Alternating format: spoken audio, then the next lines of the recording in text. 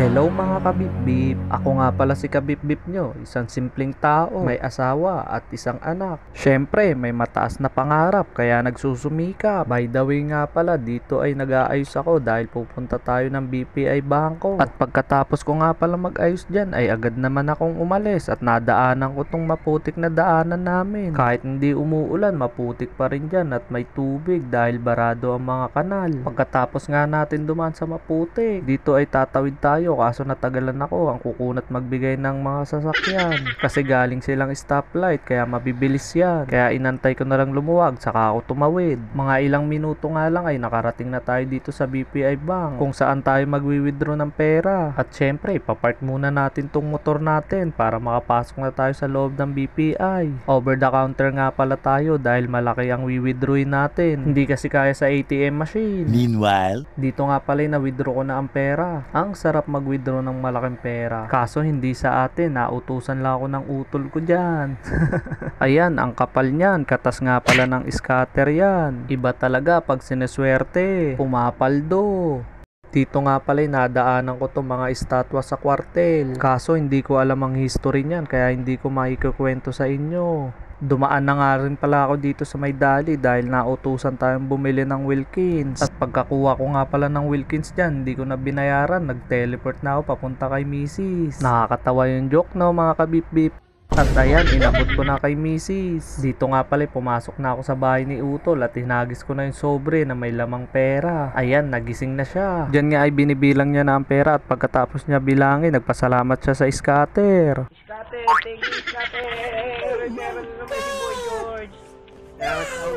Doon nga'y nagpasalamat siya dahil ako nag-withdraw. Dito nga pala'y nag-iya siyang kumain ng mang inasal. Syempre, libre kaya sasama ang lahat. Baka Pinoy yan. Dito'y tinanong ko si mama, sabay tawa lang. Tama ka? Iwan ka? At nandito na kami sa mang inasal, excited ng lahat dahil gutom na kami. Dito nga pala'y pumasok na kami para makahanap ng pwesto. At yung mga nasa unahan ko nagmamadali ng makahanap ng pwesto dahil ang lalakas kumain yan. Dito pala'y pinagdidikit-dikit na ang lamesa para sama-sama kami sa isang lamesa. At ayan si Batang Makulit, ginagawang multong mang inasal. Panay ang pahabol. Diyan nga pala si Bayawang nagsasalita. Best crew. Oh, JT nyo po to. Oh, JT.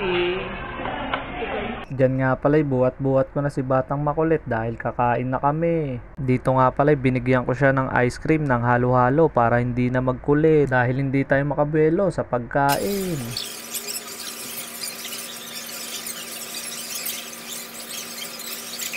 Dito nga pala iniwan na ako ng mga kasama ko dahil kanina hindi tayo makabelo kumain dahil kay Batang Makulit pahabol ng pahabol. Hindi naman tayo iniwan, nandyan lang sila sa likod ng camera patayo-tayo dahil busog sila. Yan nga pala ang utol ko, sumulyap pa sa camera. Halatang di gutom pati daliri. At ayan si Batang Pasaway, tamang halo ng halo-halo at magpapakyut pa yan mamaya.